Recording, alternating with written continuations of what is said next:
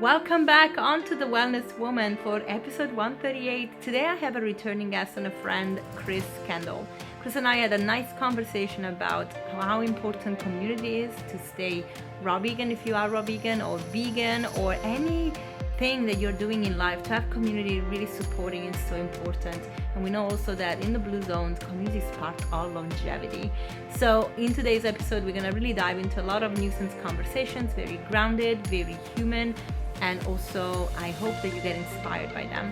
Before we get started, a big shout out to Nama Well. The J2 juicer is my favorite tool, as you know, but the M1 has really captured my heart as I try to make really fun milks and really drinks that I never thought about before, just for fun, and with a machine that is so powerful and easy, and because I always think about the pulp and how to use it to make cookies after. So an amazing machine. If you want to try the J2 or the M1 or the C2, which includes a blender as well, you can go into the show notes and grab my 10%. I've been using them since 2022. I absolutely love them. I love that they are accountable, that you have 15 years warranty with the machine's parts, and they are so lovely as a team. So check them out. Now, without further ado, let's dive into this really awesome conversation with my friend Chris. Hi Chris, how are you? Thank you for joining me on The Wellness Woman. Oh, thank you so much for inviting me, Chantal. I'm doing very well. How about yourself? I'm good, thank you. It's been a while, so it's nice to catch up after a couple of years since last time you were on the show. And last time you were on the show, we talked about your journey, and we talked about how you became a chef, and you at the time had just moved to Sweden as well. So let's catch up a little bit on life, and also let's talk about why community is important for people that are in the vegan space, but even more so when you want to be high raw or raw, because it is very fringe. And it's not something that you have access to the whole time. So it does require a lot of thinking and support. And there's a lot of fear around even, eating mostly raw.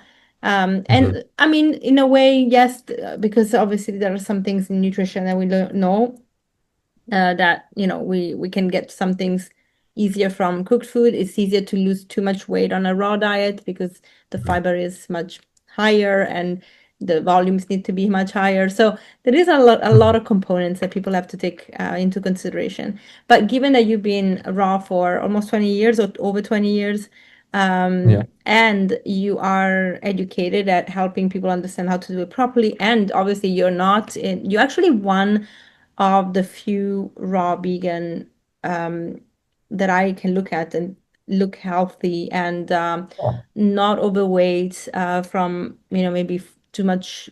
I don't know how people do the balance of the food, but like that's very important. But also, I mean, I know people that are just on fruit diets, and sometimes the issue becomes I feel that maybe they have too much fruit for their body composition. And I think understanding what your body needs is really important, and not just following a dogma.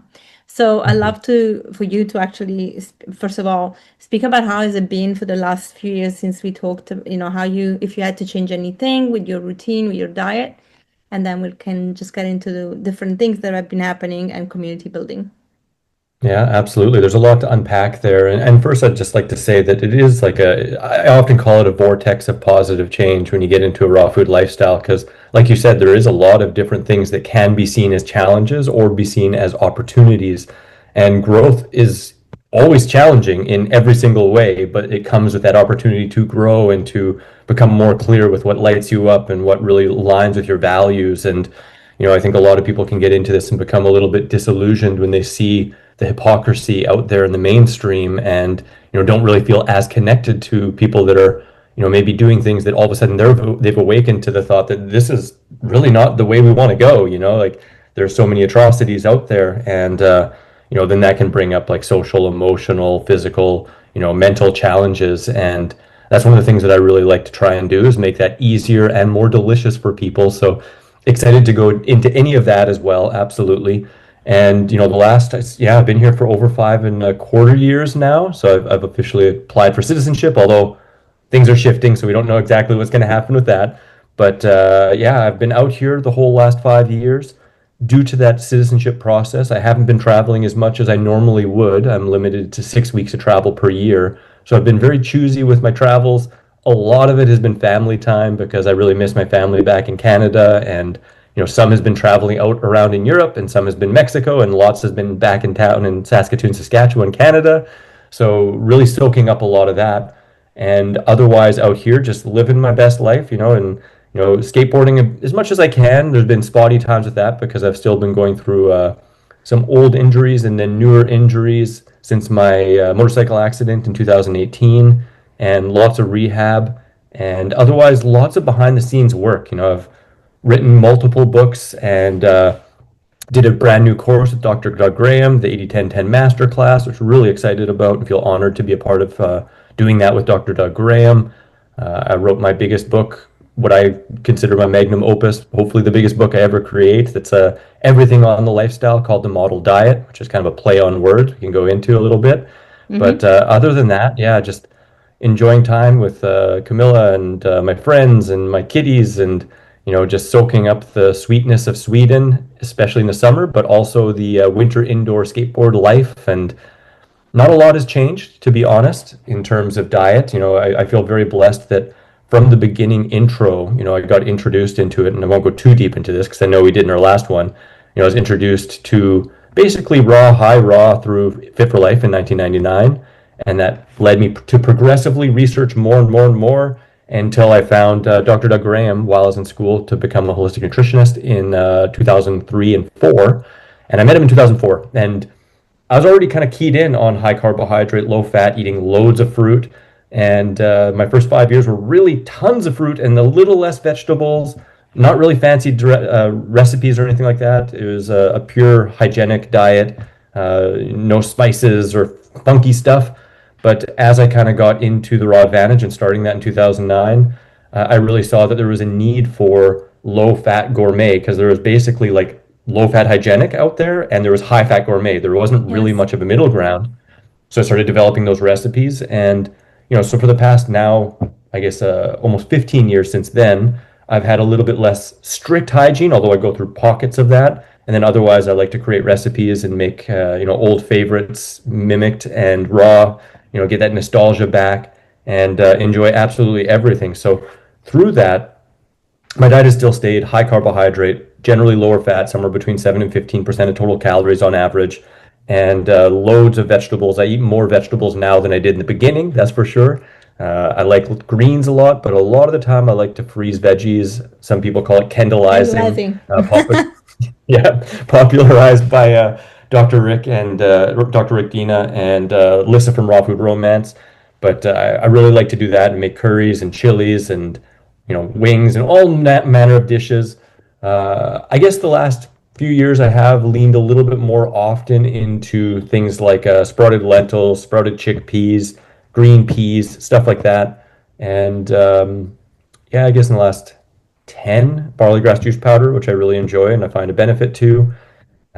Some seaweeds, some people don't eat seaweeds. I do enjoy seaweeds, but I make sure they're from reputable quality sources that, actually check them and post their analyzation to show that they aren't rich in heavy metals or, things you don't want, radiation, Mm-hmm. right? So that's a quick intro into the last 5 years and some of the little shifts that I've made, I guess, in the last maybe 10, 5, 10 is the biggest shifts, maybe. I like that because it shows progress and Yeah, yeah, growth, right? And I think again we can get very married really to a concept and to a dogma. yeah. Like for example, and I think actually before we go there, I think I want to clarify when you say 20% body in dietary fat, people Mhm. think that's nothing, but I Yeah, want people to understand the amount of calories that you actually do eat so yeah. that then that 20% is actually quite a big amount of calories and that you are getting all your omega-3 and omega-6s because in the vegan space, and this is where we have to be really nuanced.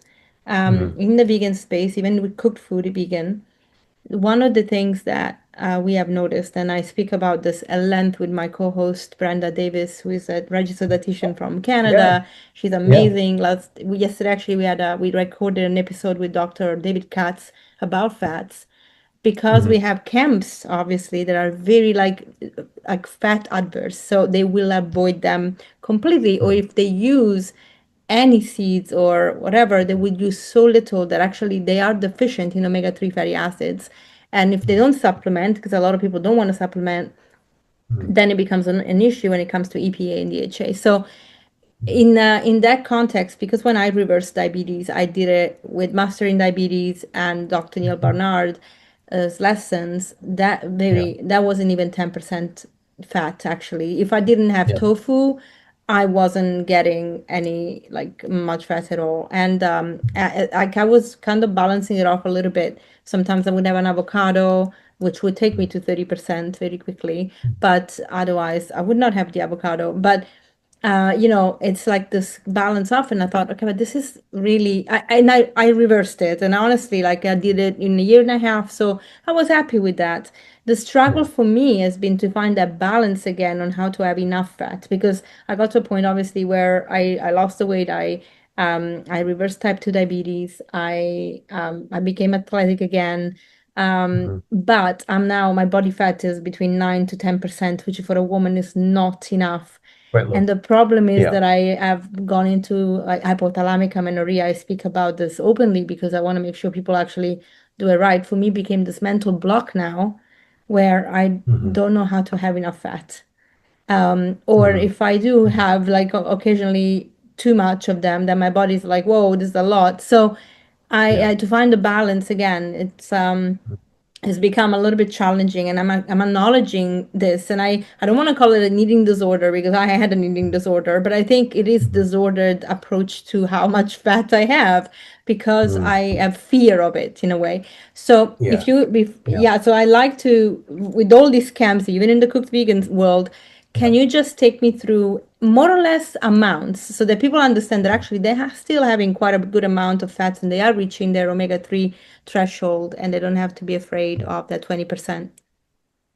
Yeah, absolutely. And I think that key word there is afraid, like, because I wouldn't want to come off as fat phobic in any way or, recommending fear of fats or anything like that. And we definitely have a need for EFAs and for fats in general. And, that is pretty darn well known, and you also, when you mentioned about fitness, I think that is a really key component of overall health and well-being. And you're right. Like I generally eat somewhere between 2,500 calories and 3,000 calories, but sometimes more. I've had days where I've ate 6,500 calories from fruit. And Mhm. when you're that active, it doesn't feel inappropriate. And that's one of the beautiful things is our body is so like perfect. It's like the more active we are, the more demand we create, the more hunger we have, the better our digestion is. Like everything improves as we add in some exercise and lymphatic drainage, everything you can really look at. So it becomes pretty darn easy. And I typically do get somewhere between like that 7 to 15% fat in general, actually. And the interesting thing from my understanding, knowledge, and experience is that even if you just eat enough fruits and vegetables, no overt fats, no nuts and seeds, nothing like that, and you're eating appropriately, like eating enough calories and have some level of fitness, because again, another thing about fitness is it boosts your caloric needs, which of course also then allows you to get more of all nutrients, because if you're eating more total food, you're getting more total nutrition, right? So with that caveat, I found that you can definitely get enough of the omegas if you're just eating fruits and vegetables. And the beautiful thing is that fruits and vegetables are very naturally balanced. They have a really good omega-3 to 6 ratio. It's really when we start adding in larger amounts of nuts that we get higher omega-6 values, which can be really detrimental for the conversion of short chain omega-3s to long chain omega-3s for nerve conductivity and brain health and so many other factors. But that said, when we're talking before about kind of dogma, or the way I kind of like to look at it sometimes too, is just philosophical viewpoints that don't really take into account nutritional science or long-term results from individuals applying that philosophy. That's where people can get into trouble. And I've heard some people basically say, yeah, like if low fat's good, then no fat's better. And I definitely haven't found that the case. And I kind of do want to reiterate that as well, that even though you can get enough when you're eating abundantly from fruits and vegetables and you're active, I don't see a benefit to avoiding nuts and seeds, avocados and stuff like that completely. Like a lot of people, if they're going through blood sugar metabolic issues, or they just want to really feel kind of pepped up, or they want to cleanse, although, it's just really streamlining, going for a period of time, or reversing diabetes, going for a time, or reversing candida, which was one of my main things in the beginning. Reducing or eliminating fat entirely for a couple days, weeks, or a month or two can be really beneficial. But what I do see is when people don't incorporate some fats at some level, at some parts of their journey, they have a harder time maintaining weight, and I mean, fats, they are very rich in calories per gram compared to other things. So it's very easy to bump up your caloric needs if you eat more fat. But the funny caveat there is the higher you bump up your fat intake, the less efficient your insulin is. And that leads to a whole host of realities where people don't crave fruit as much. They don't enjoy fruit as much. They don't want as high quantities of it. And they start shying away from sweet fruit, which is really our main caloric source from simple sugars, and they go more towards juicy fruits and berries and acid fruits, which makes sense because that's going to be a little bit easier on the system, on the insulin function, on fat emulsification. But again, then that usually leads into a slippery slope of eating, more of the acid fruits and stuff like that, and less of the sweet fruit, and then being hungry by dinner and then eating more fat. And then it just kind of goes into a hoopty going over and over again. So, what I've found is just being self-aware of what feels best in our body, recognizing that that's going to have a little bit of ebbs and flows based on a wide variety of factors. But myself and almost everyone that I've coached genuinely sees that when they start creeping up that fat above that 20%, they start to notice predictable symptoms, or they notice they don't feel quite as peppy, or they feel like they're not quite as attracted to sweet fruit. And then that might make them bump up to 25 to 30%. And I haven't seen any compelling evidence that a high-fat diet is really what we're designed for, nor what really nature provides year-round. We have the ability because we can store, nuts and seeds that are usually kind of fall season foods, but there isn't a huge abundance of fats that are available all year round everywhere where we'd be.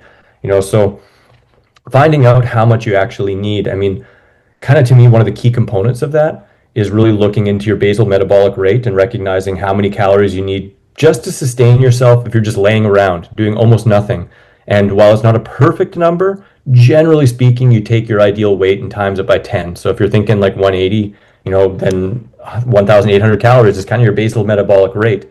And from there, generally speaking, people are going to want to add another 500 calories just for general day-to-day kind of light activity and a little bit of movement. But to be optimally healthy, we're probably looking at adding another 300 to 500 on top of that because we want to add in some physical fitness, and that may not be every single day, but, having some movement every day is going to be beneficial.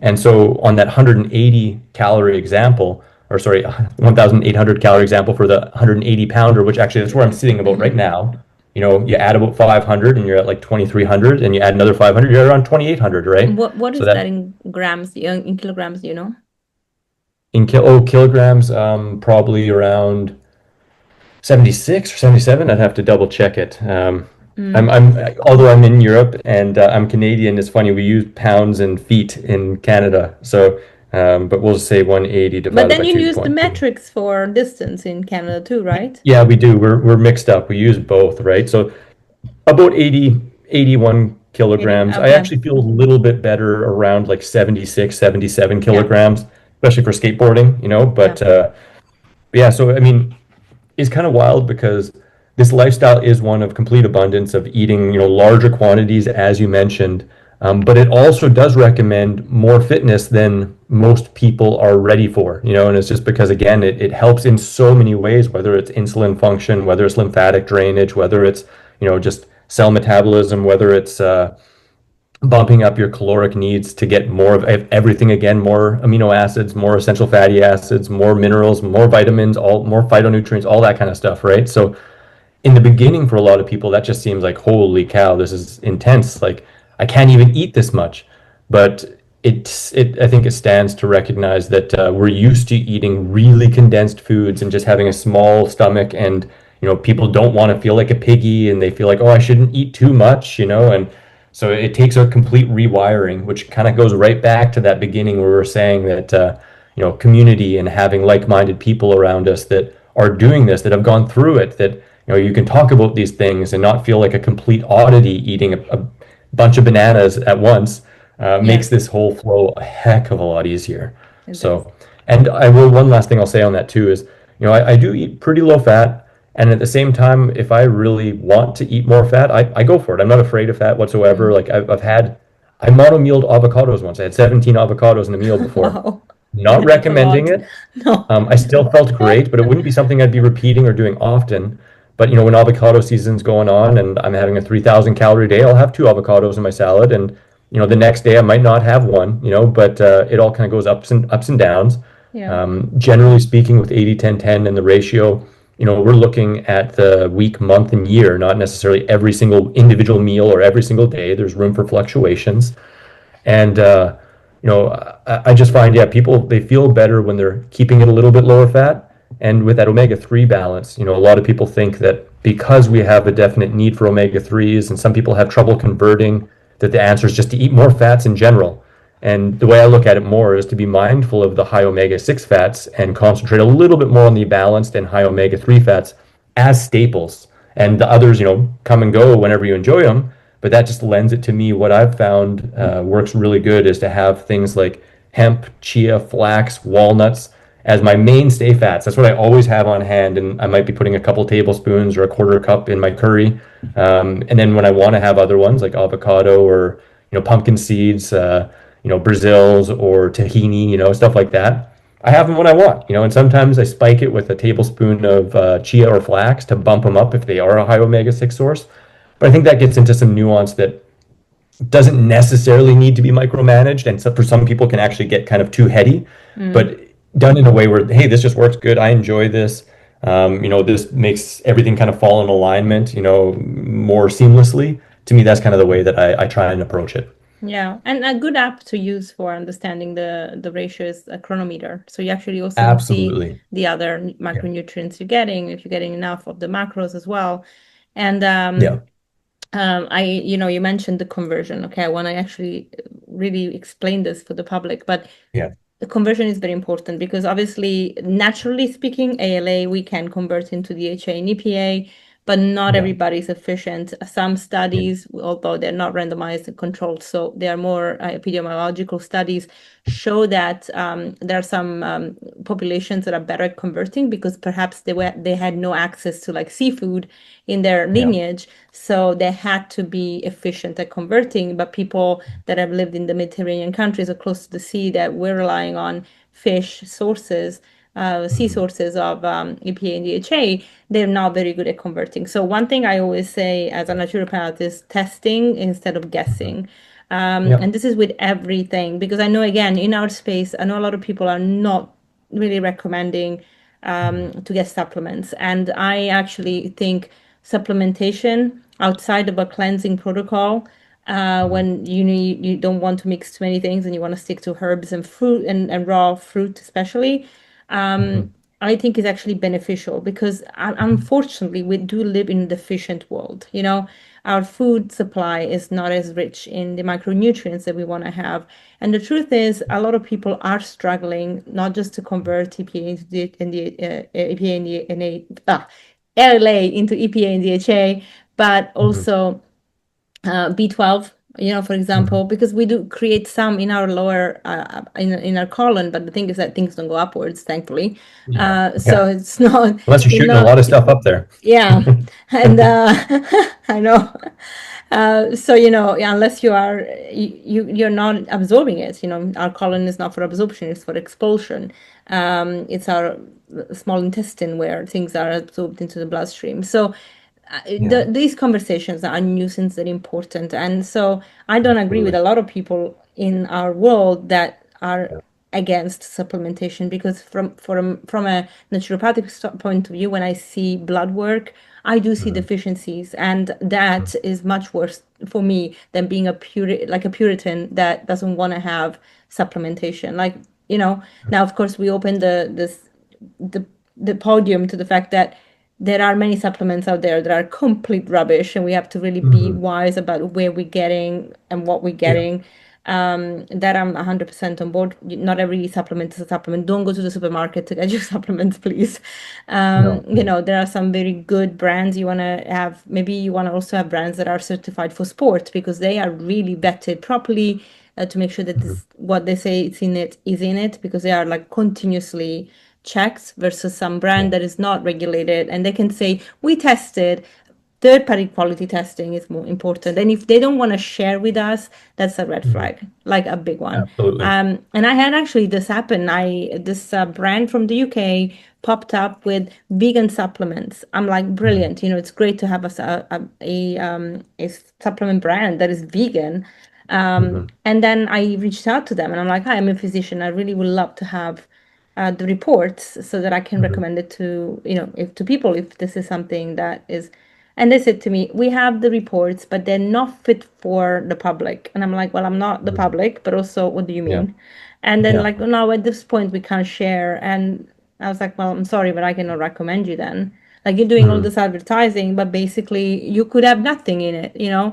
Yeah. transparency is so important. So Huge. testing, making sure what if we are deficient, or if we are borderline, if you're too low, please look into it. Things that we want to check, obviously B12 is super important, even folate Mhm. and other B vitamins, because ultimately that will compromise how you're even metabolizing homocysteine. And God knows, for Yeah. women, especially as we get older, the last thing we want is a stroke. Homocysteine is very important in that. Yeah.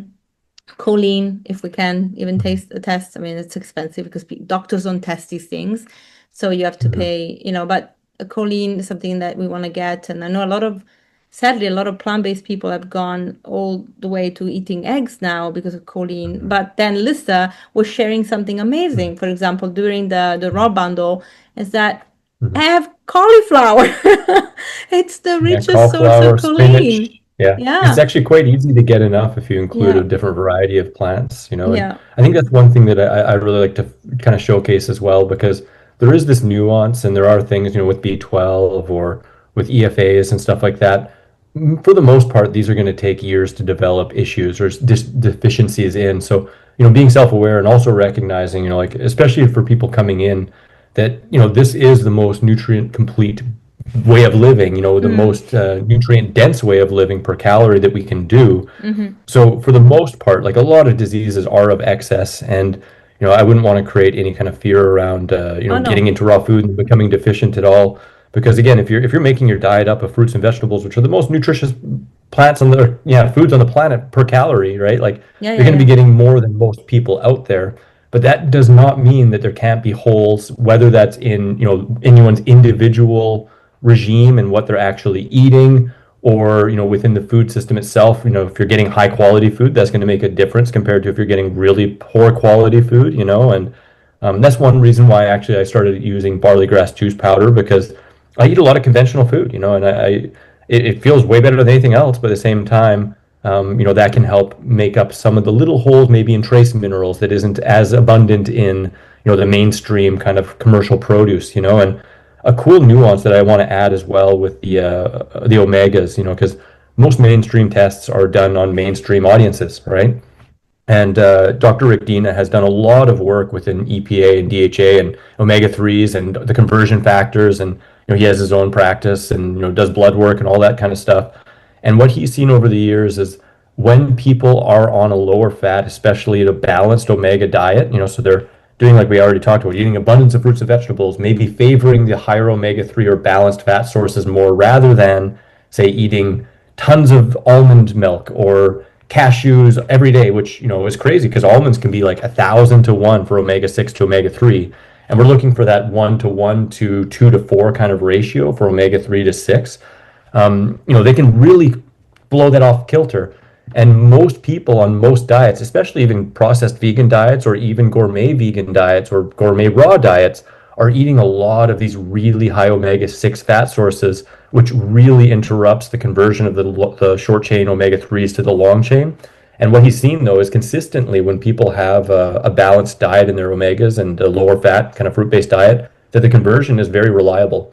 So I'm Yeah. not saying that in the way of, okay, well then there's zero concern, because again, like you said, there can be genetic abnormalities, and that is actually prevalent out here in Sweden or Finland, where they ate a ton of fish. So paying attention and noticing, hey, if I'm not thriving, if I'm not doing things, I mean, some of the first things to look at are like, okay, am I sleeping? Am I stressing? Am I getting enough calories Energy. consistently? Which is the number one reason people run into issues actually, because fruits and veg are so dang satiating. It's actually easy to subtly undereat. And even if you're just eating 100, 200 calories less every day, that adds up. You're not getting enough total nutrition. Looking at exercise, all these things. So looking at the main lifestyle things and seeing if you can add any tweaks. And that's a part of the growth process through this lifestyle too, is it's a little bit of a juggling act, looking at all the different kinds of things and figuring out how you can tweak.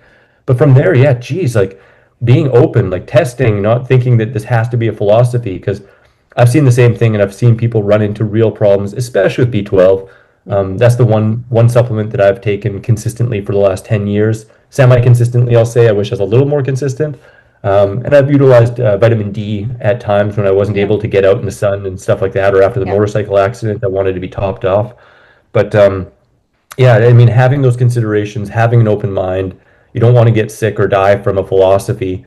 And to me, it's like really scary that there's information going out there these days that like B12 is poison and it doesn't exist and it's just a con, and it couldn't be further from the truth. And I've seen firsthand, I've become deficient myself, and then I've also met multiple people who have gone clinically deficient, but from a philosophy standpoint, they thought it was wrong to supplement a failing of the diet. They didn't supplement and they suffered permanent nerve damage, and still years and decades later feel the ramifications of Yeah. living by philosophy rather than well-grounded nutritional science and a bigger body of data.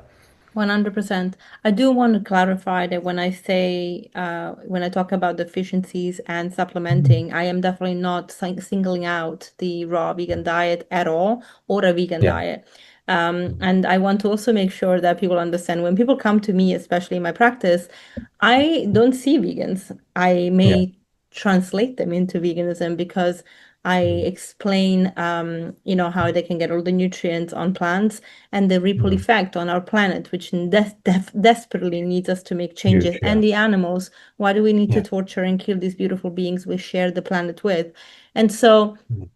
when they move across, when they come to me the first time and they are eating animal products, they are deficient. Most of the time, Mhm. they are deficient in definitely vitamin D. I mean, people are scared of Mhm. the sun, so vitamin Yeah, D is most a people big are. deficiency. Even though they Yeah. eat things that, eggs that have vitamin, like, I'm sorry, but they're not getting enough of it. So then Mhm. deficiencies there. They are deficient in omega-3 fatty acids, EPA and DHA. They are Mhm. deficient in B12 a lot of the times if they don't Yeah. supplement, because even though they eat meat and the meat has been supplemented, by the way, because now we are in such a controlled environment where, yeah, Yeah. they have to get supplements as well, the Supplement animals. them. Yeah. So you're the deficiency magnesium, other things that Mhm. vegans are not even concerned about are actually Yeah. big deficiencies in a population that eats an omnivore diet. So Mhm. because I see online a lot again with the sensationalism of social media, how you have some influencers that would criticize the vegan diet because you need to supplement, so it's not a complete diet. But then on the other side, you Yeah. have the carnivores or other people, they're omnivores, and they're all supplementing. They are supplementing even with protein, which they get so Yeah. much of from the animal products. Way too much. I'm like, Yeah. what are you doing? It's Yeah. like Oh, they're making creatine. money. They're Yeah, making money. There's they there's are so making much to be money. sold. Exactly. There's so And I'm much to be like, sold. yeah, like, let's just be reasonable here. I even got very Yeah. upset with this, the holistic world. I got an email. I don't know how I got onto this newsletter, but an email for like managing cancer or fighting cancer or something, or reversing cancer. I don't remember the name, but I probably subscribed to a mini series, and the email was passed on to other people. That's how it normally happens. But I got an email, and they were talking about beta glucans. Mhm. Now, beta glucans are amazing, the fiber, they're amazing Mhm. for the immune system. So yes, Mhm. in a cancer management, but not even management, like prevention, in a Mhm. holistic health, never mind the cancer. This was about cancer. But it is seen to be okay. So we know that we can get beta glucans in abundance, for example, from mushrooms, Mhm. or in our case, as I don't actually eat oats anymore because they don't work for me so much. But even if you have oats, you can have them sprouted, therefore they're still raw, and you Mhm. have beta glucans in there. Amazing. And the thing is, this person then ended the letter with, or the newsletter with, all this fear around not having beta glucans. And instead of giving the option of have it through food, he was selling a supplement. Mhm. I'm like, Of course, and yeah. people will buy it. And this is really Mhm. enraging me, because then, of course, people get like, what the hell? And then they put everyone that shares information about buying a supplement or buying things that maybe are beneficial in the same Mhm. bucket as you're trying to make money out of people by scamming them. I'm like, no, we don't want you to buy beta glucans, and I certainly don't want you to go buy like the glucose goddess fiber Yeah. anti-spike thing, which is fiber. When I had somebody had it on a desk once, and I looked at the ingredients, it's broccoli sprouts, and I'm like, why don't you just Yeah. have the Yeah. broccoli sprouts? It's fiber. Have Yeah. the veg, you know? Yeah. Like, Yeah. honestly, so this is the problem. So yeah, I want to just make sure people understand deficiencies are not singled out for the vegans and for the raw No, yeah. vegans in particular. This is something Yeah. that, and most of the population that is sick is not vegan or raw, No. even No. less raw, and most people are sick. So even Mhm. that reasoning should, wake people up, really. Absolutely. And it absolutely breaks my heart because the people that need it the most are often, the most susceptible to being fooled, and being preyed upon. It really is, in my mind, people are preyed upon because they're looking, they need health, they're sick, and then the waters are so muddied and there's just so much misinformation and poor information. And it is sad today. We have, more access to more information, more ways to connect than ever. But that also means that there are certain people that see that as more ways to become more popular, make more money. And I'm not trying to say that, popularity or money is a bad thing, No. but when that's, first and foremost, and your actual care for relevant, good quality, streamlined information is second or third or fourth, to me, that is a big ethics issue, and Yeah.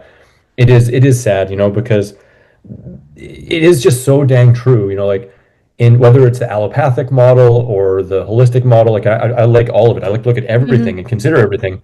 But so often things are looked at as, like more is better, or like isolating one thing and getting super excited about this one Hmm. thing. And then you're not seeing the forest for the trees. You're looking at one Hmm. tree. You're not recognizing that all of these things are balanced perfectly by nature, and it's like, again, there's going to be nuance. There's going to be little things like if you just eat fruit, well, yeah, you're maybe not getting the complete balance of nature's, wonder and majesty and all the nutrients we could use and need in appropriate quantities. But when we start looking at a diet that is built with a base of fruits and vegetables, large quantities, and not afraid of branching out and trying different food groups, mushrooms. I love mushrooms, like I eat a ton of mushrooms, to be honest. Way more than most people. Like I often eat 200 grams, 300 grams a day, Yeah. sometimes 3 to 5 days a week. And I like to dry them. I like to freeze them. I like to do a bunch of things to them, Yeah. but seaweeds, all these different things, like having those all on the menu, making sure you're getting really high quality, testing them out for yourself and seeing if they feel good in your body. If they don't, well, yeah, maybe take a break from them, like maybe try something else, but having that kind of open mind of experimentation, of, happiness and joy that we get to partake in Mother Nature's majesty and have all these amazing foods that are not only here for our pleasure, but here for our nourishment, and it's a Hmm. beauty that they are for our pleasure because people think that eating a healthy diet is about eating kibbles and bits and being a rabbit eating carrots all day. And it couldn't be further from the truth. Like, I genuinely feel like I'm eating my favorite foods on the planet, complete abundance, as much as I could ever want. And sure, there are other foods that I like, that I don't treat me good, that I abstain from. But that doesn't mean that the ones I'm picking aren't still my favorites, So it's just a kind of a kind of evaluating, what food is to you. And yeah, like people eating a standard American diet that almost never have a leaf of lettuce or, don't have any good fat sources. They're usually fractionized and, pasteurized and, completely broken down to just being pure fat. It's and usually really high six omega fat or omega six fats too. So it's it is crazy, but again, it brings it back to how powerful and how important this message is to share and to do our absolute best to just put out good quality information that not only is going to help the individual, but can help raise the whole community up. Because sadly, again, there is within the community, information that is put out there for virality or because of, just lack of understanding, that can go really viral and damage the community with, views that don't help people in the long term. So I love doing these kinds of things and talking with people that are really well educated like you. They can, help bring this message home and more clarity to what is, I think, purposely a confusing space. Yeah, it is very confusing. I interviewed Dr. Graham actually a couple of weeks ago. He was on the show, and we ended the conversation thinking maybe we'll do a nice panel with Hmm. different dietitians and doctors, because one thing I want to also show, people thrive about putting one against the other, in the space, Mm. in any Yeah, space really. It's yeah, viral, it goes very viral very quickly. But there are a lot of similarities. Yes, there are things that are different from one thing to another. And I always want to look at the science, okay? But I also want to look yeah. at, again, we have to be also aware when we do research, even in the best gold standards research, we don't have access Hmm. to the whole population. And also we don't know which candidates we have, like are they representing the whole of the other population. So there is always room for mistakes, and there's also that we have to still observe how we are personally going through a journey. But I invited him to obviously be part of this, and he will. And he also will do a talk about raw food for every day at the conference I organize in Portugal once a year. It's in collaboration with the Plant-Based Treaty. Yeah, He can do it online though, because it's that time when he goes to the US to do his tournament for yeah. powerlifting, and then coming back. But I really I enjoyed speaking to him, and he's a sweetheart actually. Yeah. And you introduced me to him because I actually didn't really know him. Mm. And as a person, I truly love him. But he also in the past, and I don't know if this changed, so I'm asking you this because you obviously had deficiencies in B12, you are supplementing. In the Yeah, past, he spoke about not supplementing. yeah. What is his stand right now? Did he also change his mind about supplementation? No, I think his stance is often misunderstood, and I've talked with him in depth, and I definitely see his point of view. I have a slight different point of view, but I also agree for the most part, because it kind of comes back into a key concept that I really like to present, which is consciousness over concern. Like I wouldn't want to make B12 or any nutrient a concern. I'd rather just have consciousness around it and understanding telltale signs and what you can do, where it comes from, what happens, all the different inner workings of it. And at the very least, just understand that it's something to be aware of, right? But in short, his main philosophy is that if you're eating a well balanced diet, if you have good digestion, you have good intrinsic factor, you're eating pretty naturally, you're not necessarily just eating all conventional. If you're eating a good well balanced raw food diet, that B12 doesn't have to be an issue. That some people do go deficient, some people don't. He has track record himself of, he had supplemented once in his past, but he's 50 years raw vegan now. Now it's been a long time since he supplemented, and he's seen other people do well without supplementation. So what he isn't for, he's not against supplementation in any way, shape, or form. He is very outright in saying, if you're deficient, supplement. Like supplement to save a life. Like don't live by a philosophy and avoid symptoms. Like become more aware.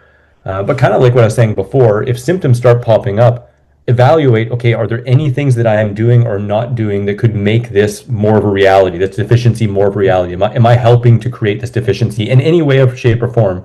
Try and correct that. If you are deficient where you're having major symptoms, well, then supplement and then start trying to correct that in your daily life. But what he isn't for is prophylactic supplementation, meaning just in case, like I'm not deficient, I have no symptoms, I have no reason to be worried about it. My tests, if you want to test, make sure you do the homocysteine, the methylmalonic acid, as well as the serum B12 to have all the collaborative tests. But if there are no deficiency symptoms, if I'm not in a deficiency state, then he doesn't really understand the idea of supplementing just in case. He even makes a kind of a call for that being a little bit almost in the malpractice mode because it's like, offering extragenous supplements instead of relying upon our own body, which can possibly create other issues down the road, whether that means that the body has less ability to do it itself, or anything else, But that's kind of his base kind of viewpoint is that prophylactically he doesn't think it makes sense. He's not against it. Utilize supplements if you need to, and then otherwise try and correct the underlying issues. So it is kind of one of those awareness things and making sure that you really do know different symptoms and knowing that like with B12, it takes a long time to develop. And for the people that I know that had permanent neurological issues, they had major symptoms that they avoided, like even considering for more than 1 to 2 years. So they had numbness in their fingertips and toes, and they just were like, nope, whatever, like it's probably something else, and eventually it got to a point where it couldn't be reversed.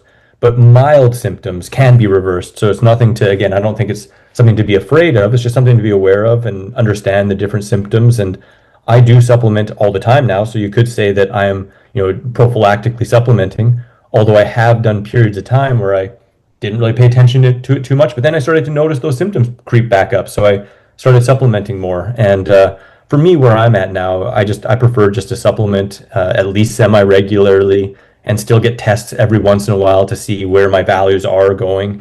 It's been a little while because in Canada it was easy and free to get my B12 test done. Out here, they like, yeah, it just, they don't want you to test or do anything unless it's like absolutely necessary because they have kind of a bunged up system as it is, a lot of people. But yeah, that's I guess kind of the slight differences between what I do and his view. But Okay, thank I you. think it's often misunderstood as like no Yes, supplements ever. yes, it And is. Yeah, that's not the case. There have been some people that have put out interviews with him that I think were very pointed questions, and didn't really show the whole story. But when you actually talk with him, he's very much, like for doing what's best for you, supplementation still is an option, but for the most part, trying to avoid prophylactically doing it out of a fear. yeah. Well, that's good to know because you know him personally. That's why I was asking, and I didn't Yeah. have a chance. I didn't want to actually go into supplementation in our interview. I was focusing on different things, and I was allowing him to share the abundance of the diet rather than making it about a singling out of micronutrients. We did talk Mhm. about protein. I think protein is something that comes up a lot, and I wanted to focus on that, Yeah. given that he actually competes. So you're definitely getting Yeah. enough. He's definitely getting enough protein to build muscle and compete in his 70s and win. Like he just won in Yeah. Edinburgh. This is why he's going Mhm. to the US. So I think, it's about that. But he's also quite possibly, I mean, he's not the mainstream guy. Like he's a very, Mhm. unique character in the sense that his body is been optimized for 50 years. Maybe he had a predisposition to really be thriving in this way. And you just never know. There's some things Mhm. that unfortunately we have questions and we have hypotheses and we cannot prove them necessarily. But Yeah. I this is why it's so important to pay attention to our bio individuality and be so humble.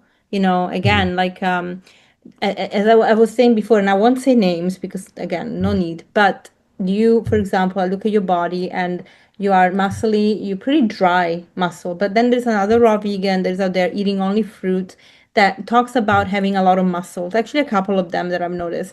Yes, they are building bulk. It's true. I like they are Mhm. actually bulky, but when you look at their Mhm. physique, they are not defined, and I don't think they Mhm. can define. They can only bulk Mhm. up because I think for some people, depending on your body composition, too much Mhm. fruit could actually mean you are retaining your because everybody's different. Our glycogen stores could get very full and they retain more water, so you're never gonna get the Mhm. definition. You're just gonna get like very bulky. So you have muscle, Mhm. definitely great, but for you, for example, I think it's because you have moved into that lots of veggies as well. Your body is Mhm. maintaining muscles, so it's growing actually, growing muscles. You are Mhm. in a good shape, but you're also defined. And Mhm. um, and I look at that as something that is important as well because of course we want the balance of everything. So having too much water Yeah. retention is also not great, not just Yeah. aesthetically, I Yeah. guess. But I look at these things. So but they're married to the philosophy, and the thing is that when they go Yeah. out there and teach it, then Mhm. it's like, okay, I mean, of course, I'd rather have somebody that is maybe retaining more water and is bulky on a fruit diet than, fat and overweight and sick Of course. on Yeah. a standard Western diet. I mean, eat all the fruit you want. Mhm. But, I really always believe in finding the balance. And this is why, even as I said at the beginning, with cleansing protocols Mhm. or healing protocols, I want to call it. Like I learned from Dr. Morse in that, like I wanted Mhm. to really do the detox protocol from Dr. Morse. I really enjoy him. He's such a stupendous human being. Like he's just such a Mhm. sweetheart. And I interviewed him a few times. I don't agree with everything he says, but I also know that his niche is people with Mhm. neurological issues. So of course, when he Mhm. goes into that depth of disease, for him the protocol has to be something really deep with really just raw fruit. That's it, Mhm. if you can, Mhm. or at least fruit and raw veggies. It does Mm, allow in its protocol for people that can't digest raw, which is something we can talk about, the yeah. digestibility and how people can improve their digestion to have raw. If they cannot at the beginning to have some steamed vegetables, it will allow that, which is nice. Mhm. But I don't think that's a standard diet continuum for people to do No. all the time. And Yeah. with the herbs, of course, you want the power of the herbs to be enhanced by the like hydration of the fruit and the veggies. So, Mm, in that context, 100%. But he's also misunderstood because people think that that's how you want. He doesn't even eat that way himself, like no, you no, know, yeah. anymore. Anyway, like he has a path. He understood how the body works. He's working with it. But like, those are healing protocols, and outside that, I really like the Mm, Hippocrates approach of lots of veggies. mm, So, or like you and fully raw Christina. Christina does it really well. I think she's doing mm, really, really well with it. Like she's yeah. probably the OG of, Mm, raw nutrition online. She has found a way to have fat. I mean, she probably has more than the 80-10-10 actually in that point when it comes mm, to fat. She has quite a bit of fats, but she has a lot of veggies, fruit, and she mm. maintains an amazing physique. And I was Absolutely. actually, at the moment she's a little bit leaner. She lost weight because she's been through a lot of stuff with her family, losing Yeah. Yeah. granddad, Heartfelt dad, with and other Christina for sure. uncles. Yeah. So we're sending her a lot of love because I know that she was struggling. And then her dog was operated. Like she's been through Mm, emotional turmoil. And I know as a woman, as a human, when you mm, go through this, like, of course you don't want to eat. And people have been mm, horrible online. And I had to call mm. out some people on their comments. And I'm like, this is despicable. Like Yeah. this is Yeah. People bullying, get so crazy online. It's trolling. so sad. Oh my God. But even with Chef AJ. I Mm, mean, she was talking mm, about, she's not SOS free anymore. mm, She wants to enjoy life. She has mm, lung cancer. She doesn't want to think about mm, cancer. She wants to live fully. mm, She's like, okay, I was a perfectionist and I wasn't finding the mm, joy because of that perfectionism. Now I want to enjoy and I'm actually happier. mm, And mm. someone replied to her newsletter with an FU. Who does Oh that? wow. And Yeah, people I are replied, crazy. yeah, and when she said that, my comment was, if you're the person that wrote this, I just want to say Mm, you can eat all the SOS free food you want, but like that mm. toxicity that comes from speaking these words, you Yeah, cannot yeah, fix it with raw food, with vegan food, with no fat, no sugar, and no oil. I'm so sorry. And yeah. Yeah. so yeah, it's like it's amazing, how we have to look at all this. So Mm, for it, and we talked about community. This is why community is really, really important because when these things happen, yeah. when people are, kicked when they're down, which is a horrible thing to do. And I've done it in the past. You have to learn from your mistakes, really. Like I've done it Yeah. as a result of my own trauma. Like, and this is why I always think this is a beautiful thing about raw. When I went high raw, I'm not fully raw Mm, because I love tofu and I told Dr. Graham there's no way mm, I'm giving that up. But mm, sorry. but but I had to face some real deep emotions that I mhm, think with cooked food we hide because there is mm. that numbing effect of the cooking. I don't know if you Yeah, felt the yeah. same Oh, for if you sure. Yeah, compare. cooked food and high fat foods are more physiologically numbing for sure. Yeah. I mean, take a lot more blood flow, a lot more enzymatic digestion, and more time, and yeah, they have different kind of physiological hits, right? That just kind of hit those pleasure centers a little bit differently, Yes. especially when they have the salt, oil, and sugar all together. Yes. And and I when I went to high roller, like a lot of the journey, not just reversing physical disease, but it was about finding the traumas that had plagued me from Yeah, childhood and why I was very critical of other people and so critical of myself and trying to really find that balance of acceptance and yeah, dealing with these emotions and forgiveness. And forgiveness doesn't mean you have to have a relationship with people that hurt you, like my mm, parents yeah, and I take them for who they are, but I also am aware that they stopped growing because they don't want to. And so I yeah, accept it, but I don't want a full-on relationship with them because it hurts me. And yeah, I'm very balanced in that now, but I'm not angry. And like sometimes I get angry about stuff that is repeated, but it's in the moment of like, what the hell? But mm, I've learned that, and so I don't criticize anymore like I used to. I can have an opinion. We all have opinions, and that's completely yeah, yeah. natural. what is Yeah. right, what is wrong, what is acceptable or not. And of course, we can get angry at things about the Epstein files. Please do get angry Oh, about of stuff course. like Yeah. that. Jesus, like, Yeah. but Yeah. I think in overall, like the raw has just brought emotions through. And this is why community is so important, because I think other people that are eating Absolutely. like you and living like you can understand you better. Yeah, no, absolutely. And that kind of comes back to that vortex of positive change, Yeah. and raw emotions and things coming up. I mean, I earlier mentioned that the number one reason people fall off the diet is, not eating enough calories. The other two that I think are the biggest is one, not having a good education, which could be, back and forth with that number one, because if you have Mm-hmm. good education, you're more likely to be eating enough calories, right? Mm-hmm. But then the other aspect of that, I think, too, is not recognizing and learning to deal with emotions or heal with and through emotions in a positive way. And I think that, we are kind of set up to be emotional eaters, and right from birth we're given mother's milk that has opiate-like substances that calm us down, so we immediately equate food with like relaxation, with like just feeling chill, and so we get older and we're given cakes and cookies and then pizzas and alcohol and drugs and anything we can to avoid what we're feeling in the present moment, to disassociate, to numb, to put aside, to step aside, all those types of things. And when all of a sudden you're eating foods that require like so little digestion comparatively, and are just so much lighter in terms of their, nutrient density, or not nutrient density, their macronutrients in Yeah. some ways, that just feels different, right? We all of a sudden we lose our emotional, like, our blankie, we don't have that soother anymore, and it's like, oh my God, like I'm feeling everything, this is so intense. And it's good because it's like I feel everything, this feels amazing, but it's also like, oh, like this, I'm feeling this, and I'm normally gonna eat some cake and pie and beer to numb this out, right? So it becomes so important to, one, be aware of this, and to recognize, okay, well, when I'm feeling these things, what the heck can I do, right? Like, and there's a litany of things you could do, whether it's being with community and talking to someone who understands and expressing it and eating some good food together, or whether it's going out into nature or screaming into a pillow or petting your kitty, cat, or dog, or, getting some sport or having some water, whatever it is. There's a many, many things that we could do. Listen to our favorite music and dance, like shaking and moving is a great way to move energy, right? Or we can sit with it. There's lots of things we can do. Yeah. But if we don't have that recognition, if we don't have that drive to challenge ourselves and to grow and to do things that will make tomorrow a brighter, easier, more streamlined day, well, then maybe this isn't the lifestyle for you. That's fine. Like, it is kind of the truth. Like, obviously, we can still get a lot of benefits from just adding in more fruits and vegetables.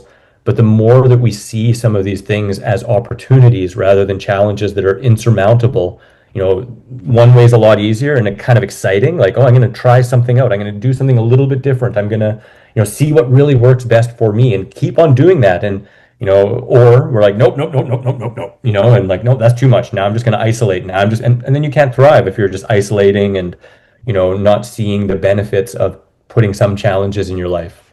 Yeah. I Oh my mean, God, I love social, right? this. Social's tough because people don't Yeah. understand. But Yeah. then that's just a huge opportunity to be more vulnerable, more open, more like accepting that, hey, everyone meets things at different times and places. And, if you can be a soundboard, if you can connect with somebody in a way that is non-threatening, then, they might actually have a shift in them, right? And I think that every kind of communication and activism has its time and place. But Mm. something that I've seen over the years is that a lot of people can get into this and be very angry because they're looking at the injustices to the animals, to people, to the whole system that is a triangle of. I know Gary Yourofsky said it in a far better way, but yeah, it is kind of a stark reality. And when you all of a sudden start to feel like, wow, this is so amazing, this feels so good, like how come everyone doesn't know this? And most people don't want to know it. They are kind of enslaved by comfort and by lethargy, and by feeling like, hey, like food is the one thing that doesn't talk back. It's always my best friend and it makes me feel nice, so I don't want to give up my foods. And but once people see that, they can become like angry and despondent, right? But that's not really Mm. good for our health or necessarily for, the view of the movement looking in. Do people want to become angry people? Well, probably not, right? Like angry, thin, sickly looking people, which that can happen, right? That can happen if it's not really done in a well-rounded way and there's a lot of stress and anger and hate within someone. Yeah. So something that I really like to bring focus to is like just that, again, consciousness over concern about these topics, and trying to figure out ways that we can shift our attention, shift our focus so that we're doing this from a place of love, doing this from a place of care with more understanding, more acceptance, and compassion for ourselves, the animals, the planet, everything. Because I think as soon as we stop having compassion for ourselves or others, we kind of miss the point. To me, Yeah. that's what this message and movement's all about: is growing in compassion and connection to source, to self, to everything that is, and trying to lift each other up rather than push each other down. Yeah, I mean, I had Gary on the show as well, and Mhm. he he's honestly, like, I know people think he's angry, and he's angry, yes, and I Yeah, don't blame him there's for a being time for anger angry. too. Yeah, Yeah. I don't blame him for being angry, but he's also No. heartbroken, and I think his protective blanket is to be angry at Mhm. humans because it's easier than being heartbroken at how people are so disconnected, and that Mhm. that you have, because when you have this is one thing, the balance and the boundaries that we learn, and the sticks work, and working with a psychologist, I always, especially one that is more holistic, I always promote it. In fact, I'm gonna plug in Dr. Nicole de la Piera, because she um she has amazing books that you can basically read Mhm. at home. They come with exercises, but she has a YouTube channel. She's huge. But what I like about her is that she brings forth examples that you can relate to. And I think that's not the be all and do all of therapy. You have to, if you have deeper concerns and struggles, please go and see an actual therapist in person, because that has value. But you want to start learning yourself about all these triggers and changes.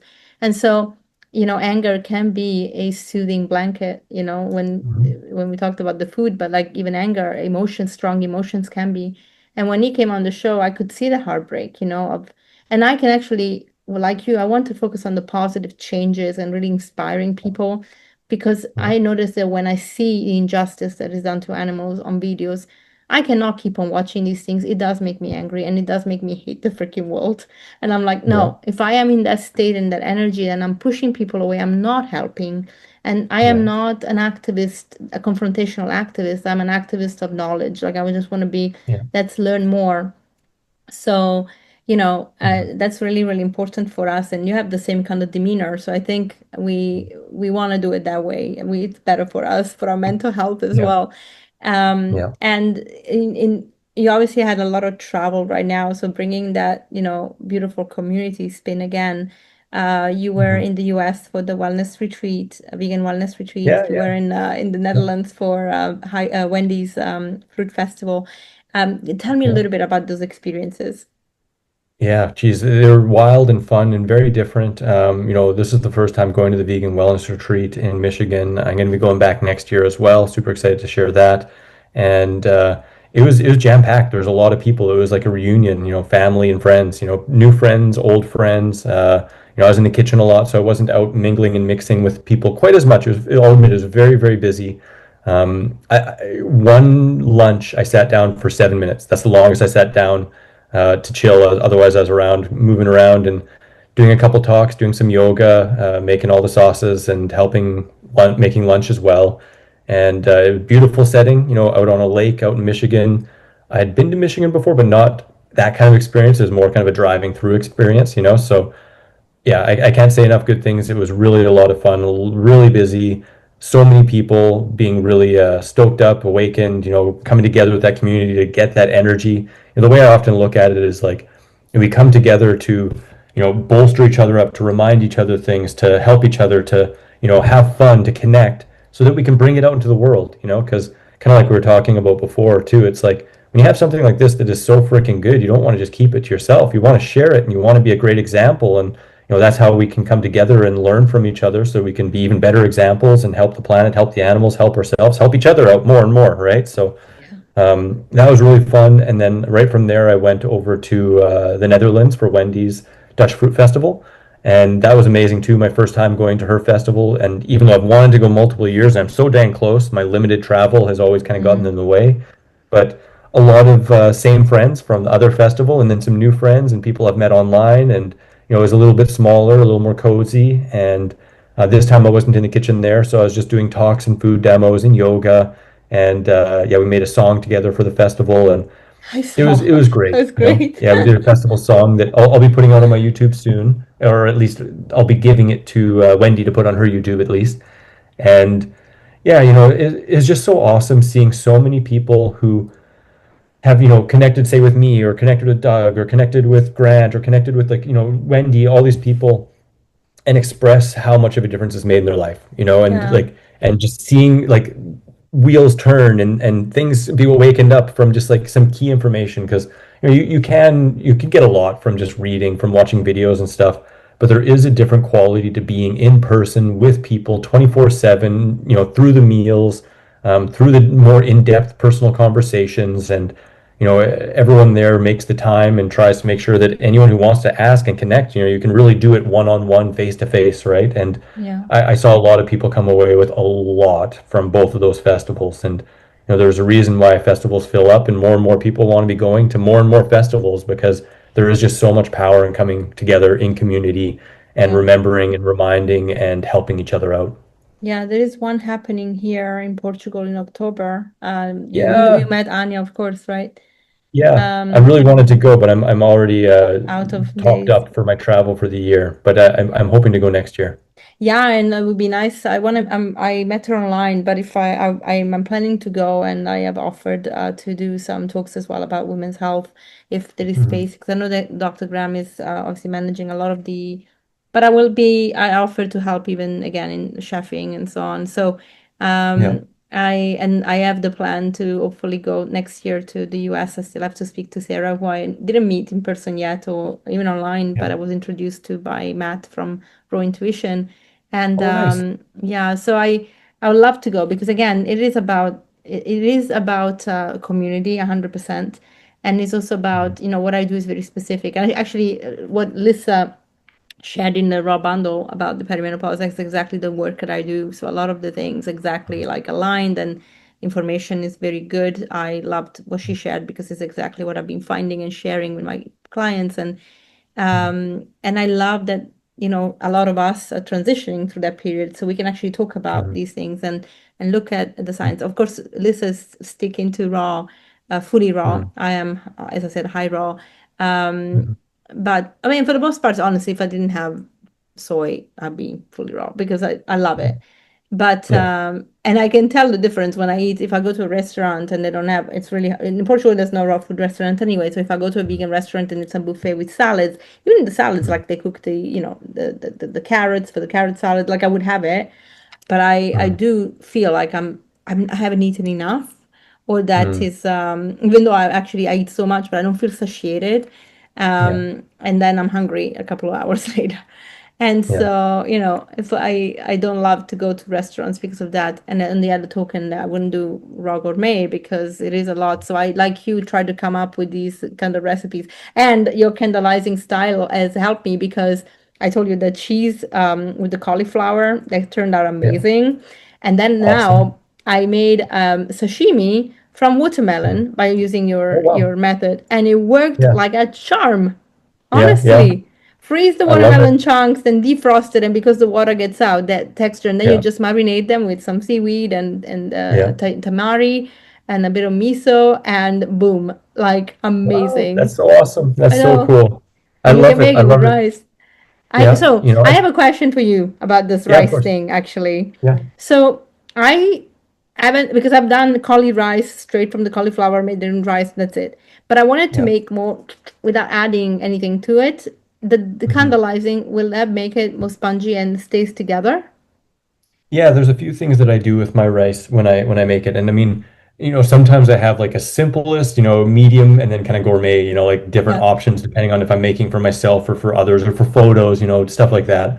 But you know, the mid grade there is I would freeze the cauliflower into florets, you Okay. know, and then take them out and then thaw them and then pulse them in a food processor just into a pill-like texture, and then squeeze out some of the liquid, not all of it, but squeeze out, you know, a fair amount, 'cause then it just kind of makes it more fluffy. Yeah. And then usually what I like to do is in that same pulse, I usually actually have a whole bunch of ginger and then powdered chia seeds. And so I mix all of those together. So there's already ginger in there. There's powdered chia, which I usually just use like a teaspoon of chia for like a head of cauliflower. because that actually pulses up into quite a lot Yeah. of chia powder, and then that kind of like sticks the rice together. And because it's a little less wet by squeezing out some of the moisture, it sticks even better because it sucks up and dries it out a little bit.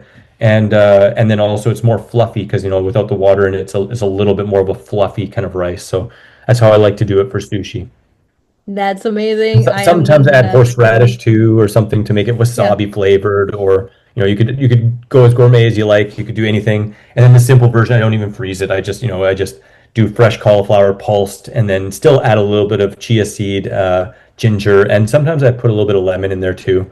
Okay. But yeah. And then do you have to add water if you don't do it from the candlelighting style? No. No, no, it still Oh, works you good. cannot. It's just a little different texture to it. The freezing, the candleizing makes it a little bit more fluffy and kind of Yeah. authentic ricey flavored, kind of couscousy flavored, or Yeah, textured. yeah.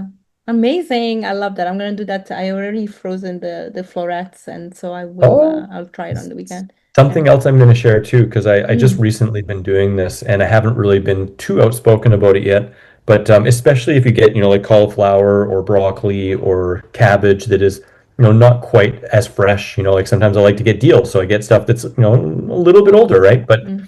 whether it's super fresh or a little bit older, I cut it into the florets and then put it in a bath of cold water for like 3 to 4 hours and then freeze it. And it's pretty freaking crazy how much more soft and almost like steamed it tastes because it's going to suck up a bunch of water, and the more water that's in the vegetable itself, the more that the crystals are formed, the more that the cell walls or the cellulose is kind of broken up a little bit, so it gets even softer. But yeah, it was crazy. I just did it with like 4 cauliflowers the other day, and they were all the softest, most kind of cooked feeling and tasting that I've ever had by far.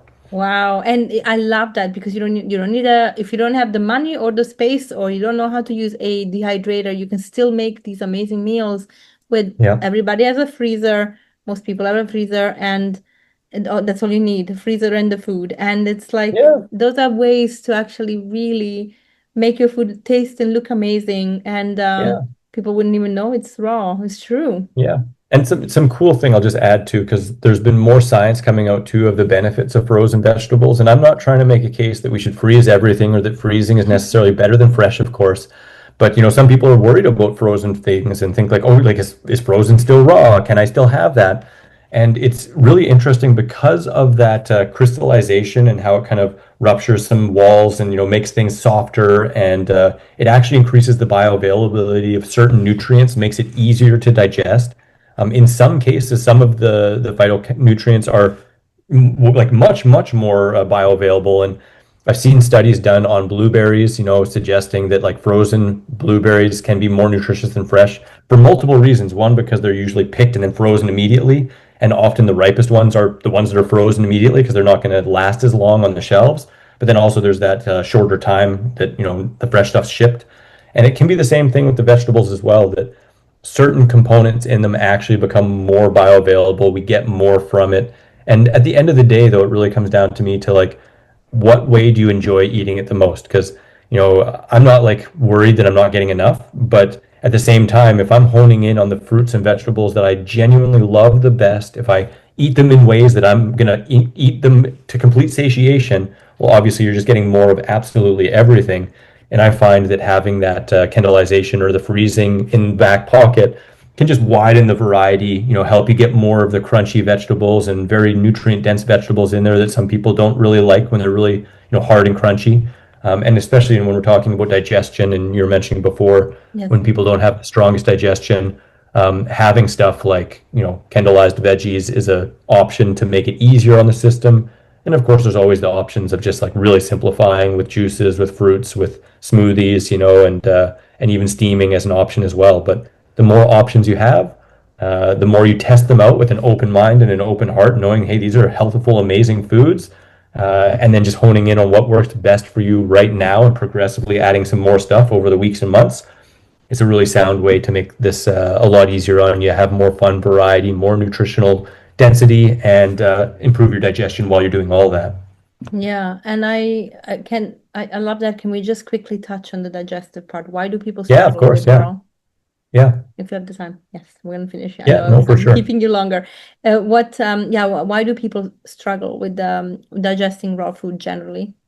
Oh, well, it can be a number of things, and I wouldn't want to just say one because it could be, where are they coming from? Do they start with really poor digestion? Have they like a beaten up digestive system from eating fractionized processed foods all the time, lots of alcohol, drugs, antibiotics, like stress, high stress levels, which vastly impacts our digestion. There's so many reasons that someone could come into the raw food diet with poor digestion. And then from there, if all of a sudden they start introducing a whole bunch of foods that they're not used to whatsoever, well, the microbiome isn't set up for those foods to be digested efficiently, because each type of plant has its own type of fiber, which has a corresponding or its own types of bacteria in the digestive tract that actually break it down, microbes. So, there are all those different factors of like where is someone coming from, all that stuff. And then once you get there, sometimes people they just add everything in really fast. They see someone like me eating, 18 banana smoothies and a 2 kilogram salad, and they think, oh well, I'll just do that too. If Chris is doing that, that's great. Well, yeah, their microbiome isn't ready for that whatsoever. Their digestive capacity, their enzymatic capacity isn't ready for that. It's not used to that, right? So people often will try to jump in and get from A to Z, without considering all the steps before that, and considering their physical, mental, emotional state, or considering their exercise levels or their sleep levels. All of these things really do come into play with our digestion and our absorption and our overall well-being. So all that said, to me, it kind of goes back to like really understanding where you're at, not looking at this as a race, but instead looking at it as a lifestyle and a marathon. Slowly incorporating more and more fruits and veggies into their diet. But if it's something they've never had before, or if it's something that they have had in the past and noticed that they had some digestive upset, start with a very small amount, and try it in different ways. Try it fresh, try it candleized, try it steamed, whatever suits you and where you're at in your lifestyle. Not making any of these things off limits, just having them as options, as experiments, as seeing what works for you, and understanding that with the microbiome, it does take time and it does take slowly ramping up these foods for the microbes to adjust and flourish. And it can go pretty quick because we're dealing with microbes that have very, very short lifespans and they can start repopulating. But it does take that kind of slow and steady approach, and just being really mindful. I think a really big thing, and this is something that I like to bring into the conversation quite a bit too, is to eat in a calm, balanced state. To associate food not with like physiological numbing, but instead with nourishment, and choosing to eat when we are free of symptoms. And we can all do the best we can. Of course, there can be a situation where somebody's always having major symptoms, so they got to eat sometime. But at the same time, doing our best to come to a place of calm and ease, and recognizing, and this for me has been one of the biggest shifts and something that I've seen help a lot of people, is when we're symptomatic and we have headaches, we have strong emotions, when we have a gut feeling, bloating, and most people immediately think, okay, well, I'm just hungry. To instead have a break, have some water, have a walk, allow that cycle to move through us, to come to a more calm, balanced place, so that we're one, forming a better relationship with ourselves, with our body, with its own processes, and then two, forming a better relationship with food. We're choosing food from that calm, balanced state, maybe with some mouth watering, going, hey, this is amazing, this is nourishing, this is what I'm excited for now, rather than trying to like knee jerk into a poorer choice or trying to numb emotions and all that stuff with food, right? So I think all of those things can really vastly help digestion and help prevent bloat, and at the very least make that a much more streamlined path forward. Thank you. That is amazing. And I love it. And just to quote Dr. Will Baltzovitz, if you have to start with one chickpea or one sprouted Yeah, chickpea, start with that and then build up from yeah, there. And I loved, and this is an yeah. important conversation because online, again, we have these camps of extreme diets like carnivore that will press on this digestive issues. You see, now I took Mm, out the fiber and I am healthy. No, you took out the fiber because your microbiome was not apt to working digesting. It's not us that digest the fiber, but the microbiome. If you don't have a good mm, population of microbiome, if you have this dysbiosis, yes, mm. you will struggle. And taking it Yeah, out long term is not the solution. A carnivore no, exactly. diet, sadly, but like any extreme diet, those are those are elimination diets. They're not Yeah. lifestyle diets. And I am really heartbroken when I see people go on it and stay long term, knowing Mhm. what will happen in the future. And we're starting to see the repercussion, which is good Oh because yeah. we didn't have data. Now we're starting to Yeah. have it. And it's crazy. And in my space, I work with women's hormones only. I work with women Mhm. only, hormones perimenopause to postmenopause. And the amount of people online, even people I learned from when it came to, hormonal wellness, when it comes to the Mhm. diet, they're just pushing these animal products right, left, and center. And I'm just like, why? Why are you Yeah. doing this to people? Especially women that we become so most susceptible, as I said earlier about homocysteine, to heart disease. Like the last thing I want is somebody to just consume more saturated fats from animal products. It's like crazy. Yeah, absolutely. So, aside from that, yeah, how can people find you, work with you? And I want to plug in the fact that people like us are really they share so much. We share so much content online that is free Mhm. and valuable. And a lot of people, I've seen this generally, they take it for granted. And so they expect everything to be free. And so I just want to Yeah. make a plea generally to say, guys, we create a lot of content like this podcast, which is free. It Mhm. costs money to make, even a podcast. For me, obviously, it's easy. I only pay for the streaming platform and so on. But and I'm not in a studio. I don't have to pay for the studio. But at the same time, there is a cost, and there is cost Mhm. of time. To have this conversation takes out from our daily work, and I hope that you all appreciate how much work goes into sharing things that we really want you to know, but not to Mhm. take it for granted that when we are doing programs, when we're doing work, that we also have to eat, and we need the people to support us by supporting themselves. This is an exchange, really symbiotic, if you think about Mhm. it. So how can people work with you and support you, given how much goodies you give online as well for free? Oh, well, thank you so much for that. And I totally feel in alignment with that as well. It is kind of a wild thing sometimes because I've heard, like you should just give this information for free and your recipe books should be for free. And then at the same time, people are at a grocery store working, selling cigarettes and alcohol, and that deserves money. It's such an interesting thing. But I mean, even just giving a thumbs up, sharing, podcasts, and thanking you. I mean, I think all of that is a great place to start. And from there, you can find everything I do. I've been putting out YouTube videos since 2009, and typically a couple a month. Sometimes four a month, and sometimes a little less. But I think I'm nearing 1,000 videos, and everything though can be found at the Raw Advantage. TheRawAdvantage.com is my main hub. It has all the links to all my socials, all my blog posts, hundreds of free recipes, my raw recipe app, which has hundreds of free recipes. Um, my services, I got, lifestyle courses and, different ebooks and recipe books. I think I got like 15 ebooks now, 14 or 15 ebooks. It's pretty Wow. wild. Slowly building over the years, right? But yeah, check it all out. TheRawAdvantage.com is my hub, and hopefully it helps you out.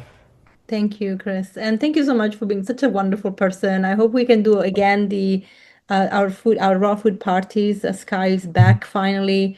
She's Yeah. getting stronger and she's putting them together again. Yeah, so So hopefully tough I losing all that, know. man. Oh Yeah, my God, I love and was. strength of her too. Yes, and she's really, I was talking to her when she was really like affected by it. And I did say to her, this is just a moment and it's a teachable moment. Like you didn't lose anything, you didn't lose you. You are Yeah.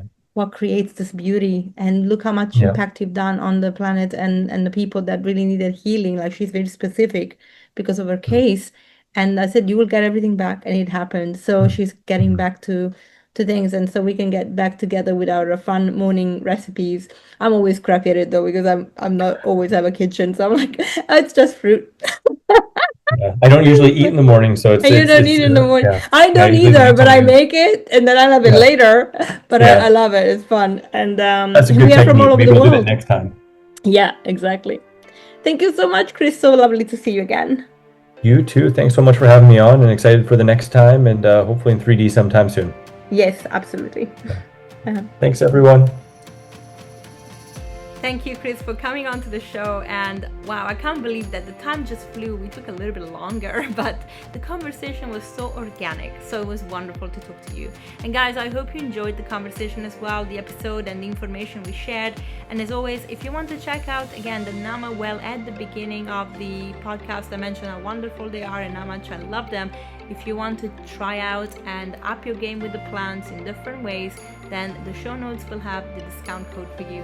But I also want to mention this. In the show we talked about supplementation, and it is incredibly important. So another sponsor for my show is IM8, and I truly love them, so check them out because they are some of the very few supplementation companies that are certified for sports, and they really are showing that they have what they have on the tin. Moreover, they have an amazing board of advisors, including Dr. Don Salem, Simon Hill, and Dr.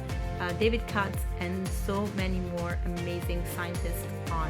So I truly value that there is a lot of background checks and information and science-backed goodies in there.